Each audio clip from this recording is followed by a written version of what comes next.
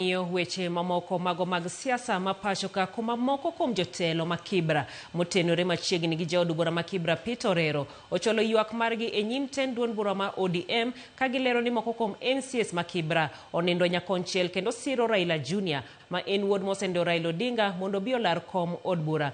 Kweth MCS go kod jotend ODM bendo chiwo pachgi ewi wachno kaka Eric Owenga lero.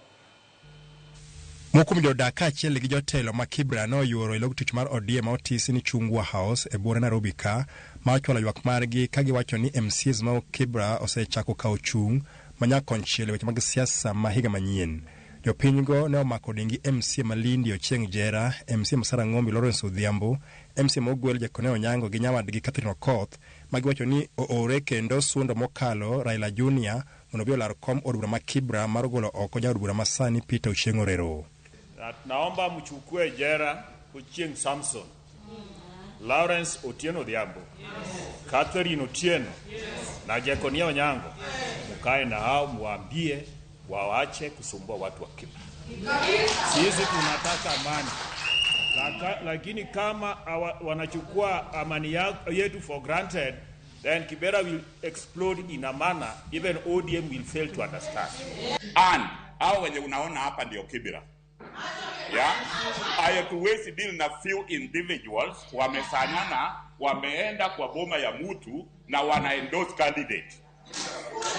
Hiyo hatuwezi kubali. Kinene gidu thuolo mar pimo dwachgi ni jagoro maduong' mar ODM Mikai Catherine Omanyo manolero ni giesani ng'ata madwaro komoro amora kod thuolo mar ng'iso dwaro mare ma onge kiewo kata matin. Mimi leo misi muizi juu ya mwalimu Peter Ochieng Orero. Na vijana wengi hapa leo si waizi juu ya Orero. Amejaribu kubadilisha maisha ya watu kwa mtaa. Amebadilisha maisha ya watu wengi kwa mtaa. Mtu akamkunji ameenda DCP. Simpeleke candidate wa ODM kamkunji constituency. Mkonyo ya Mheshimiwa Orero. Mheshimiwa Orero anafanya kazi kulingana na vile inafaa kazi fanya. Na watu wachache hawawezi kuja kwa sababu wana grudges. They go and fish for people outside wenye hata wako wanasiasa ili wasimame nyuma ya hao ndio waende kuchaguliwa because they have lost touch with the people in Kibra. That even if 10 aspirants rose and said we are equal to the task, including him, he will be subjected to nominations. So we can have a formidable candidate to face the others. Kata kamano jotelo ma Kibra go mabende iseyo kuom goyo siasa kata chiwo chung' ma ohiu nochiwo pachgi ewi seyo go kama. Higni 4 mosekalo ka onge odiechieng' ma mjumbe Peter Orero oseluonge bura mar Ramogi MCS ma Kibra moyier nyaka gi Mogwel mondo wago mbaka mar maendeleo ma Kibra. Mano mokwongo.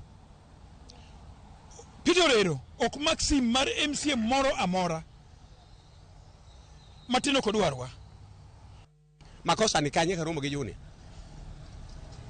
Ka Ramogi Junior makosa ni kanye. Party bende poko golo nafas mowacho ni sani koro jochul nomination mingego ni ng'ato chung. Kata ng'ato wewe to ok bi chung. You never know.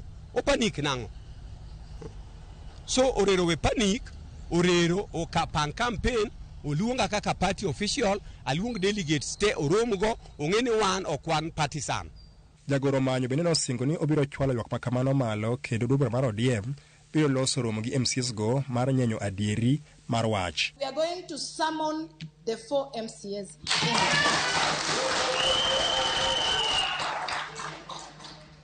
After summoning them, they will tell us their opinion because everybody's opinion is valid.